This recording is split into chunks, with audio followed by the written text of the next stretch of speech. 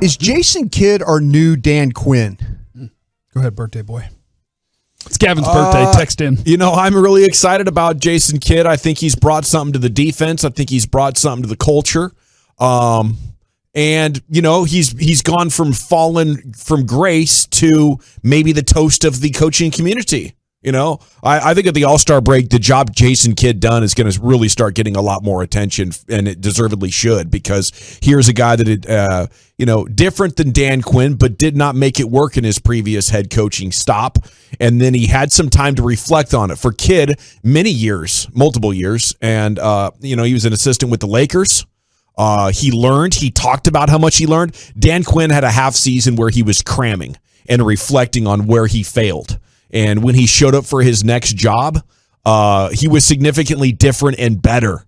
And I don't know, both of them are shorter sample sizes.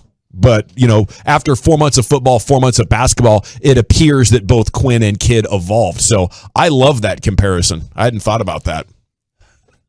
Yeah, I guess it's more skins on the wall for me. I'm thrilled with what it appears that Jason Kidd's done with this team so far. But with Dan Quinn, I feel like even before you hired him, you're like, hey, he's really going to help. Like, that's a really good defensive coach. Whereas Jason Kidd, it was like, we'll see. Has he learned? So I'm going to leave him out of the category for now and just be impressed with what he's done. Because Dan Quinn, when they hired Dan Quinn, I was like, oh, crap, look at that. Former head coach that we know is a really good DC.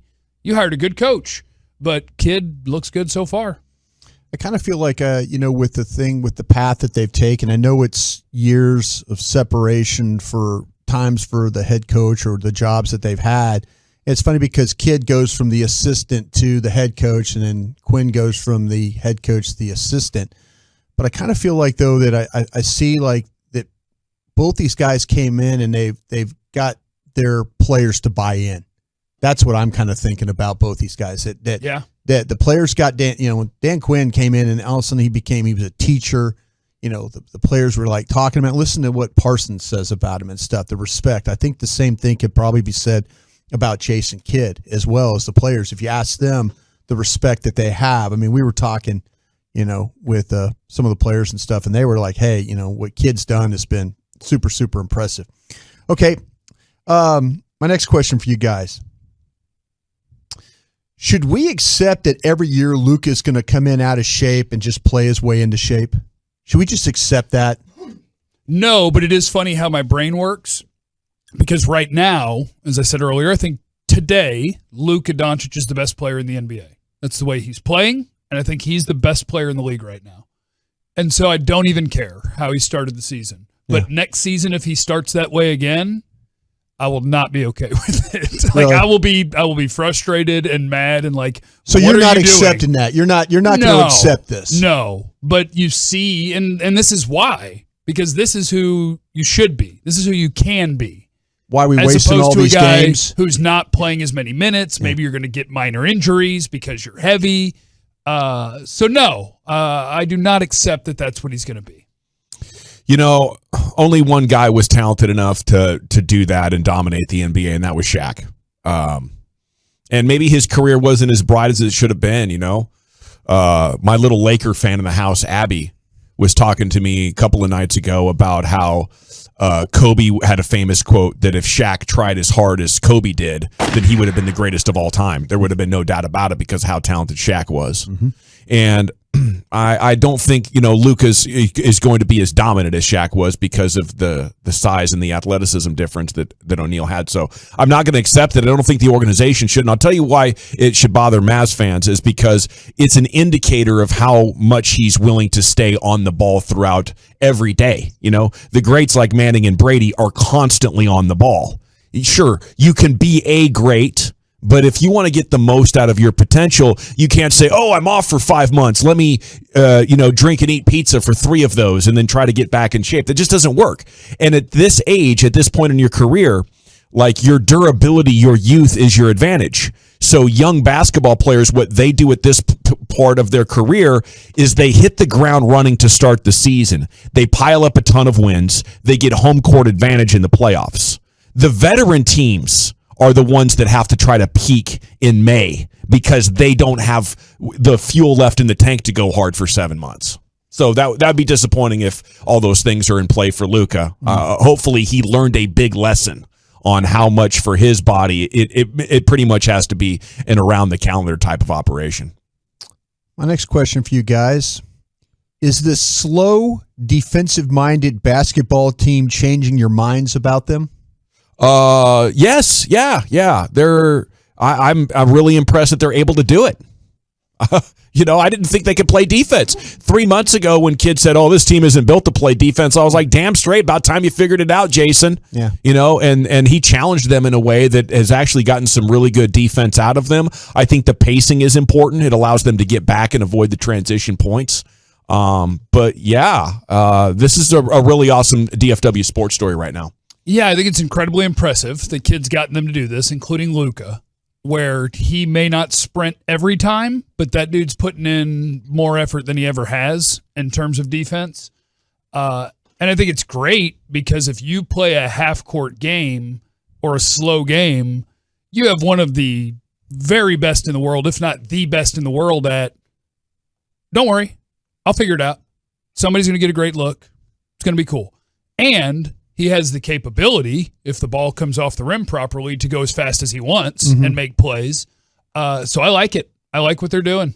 Much better than the offense. I mean, this team was always talking about offensive efficiency and stuff like that. Is this? You have to win games when they matter. Yeah. The way that they are now playing the game, right? It's going to slow down. It's going to become half court. That's what's going to happen when you get to postseason basketball.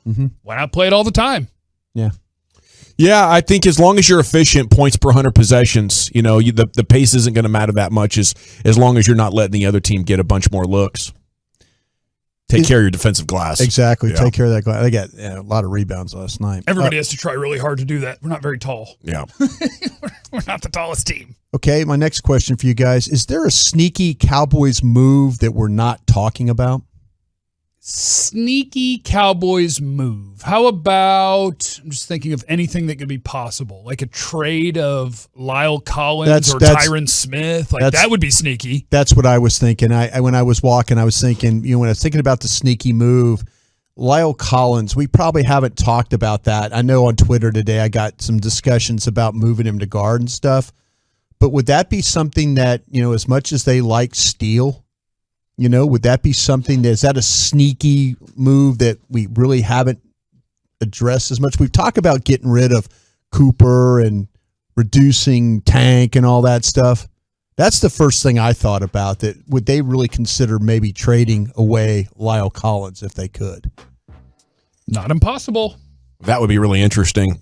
It appeared throughout the season that Amari Cooper and Lyle Collins were the most popular guys amongst the decision makers over there. Yeah, they would have to wait and post June 1. I'm just looking at it right now. If you traded him before June 1st, you eat $14 million to save 1.3. Yeah. So yeah, maybe not. I think the sneaky move would have to be doing something with Zeke's contract, trading him or releasing him post June 1. If a big decision maker is like, listen, I don't know how to get this guy off the field. I'm hearing the coaches don't want him on the field, but somebody ends up on the field. So how about this? He's gone. Play Pollard. I think that would have to involve a guy named McCarthy or Jones. And even then, one of them probably couldn't get it done. You'd have to gain some kind of consensus for a move that big, that kind of sacrifice. But I think even though Zeke is still a decent running back, I think if you just take him off the team, your offense could be significantly better. Addition by subtraction. And final thing real quick, would it surprise you if the Cowboys tagged Dalton Schultz? It wouldn't surprise me, unfortunately. This team does some crazy stuff. If you move on from Tank and Amari Cooper and franchise Dalton Schultz, unfortunately, that would not surprise me. It would surprise me. It would anger me. Yeah, I would love to hear the anger, but it would surprise me. I mean, I guess I do expect they're going to get a long-term deal done with Gregory, or a multi-year deal at least. So they would have the tag available if they needed to use it on somebody. But I would be surprised if they were willing to commit, even for 1 year, $9 or $10 million to Dalton Schultz. I'd be surprised. I think General's right. I think they're crazy enough to do something like that. with the way the contracts are and stuff like that. I probably think enough of Dalton Schultz. He's Dak friendly. Has a lot of those catches. Exactly. Gentlemen, thank you. Rip the Appreciate that, man. banky out. No bankies. 817, Gavin, it's your birthday, so try and recall how disciplined you were about your body at 22. Yeah, LOL. Gavin. I was incredibly disciplined, actually. I could dunk a soccer ball at 22. I could. And then I came back and did it again at 26. But I tell you what, I just did it out of pride. I didn't want to be a disgusting fat body. I was like, man, I'm in my 20s and I'm doughy at 21 when I became a legal drinking age. And I was like, I don't want to spend my 20s out of shape. That's for like middle age and on. So I was in good shape at 22, but it was not on purpose. I tried not to be. Your body was just a calorie burning machine. Yeah. When I met Dawson, he was doing one-handed cartwils. Remember that? Yeah. And rolling out push-ups. and rolling out of the car every time that he stopped. Yeah. He had a belt of ninja stars around him. Yep. It was a different world, I tell you what. All while hammered.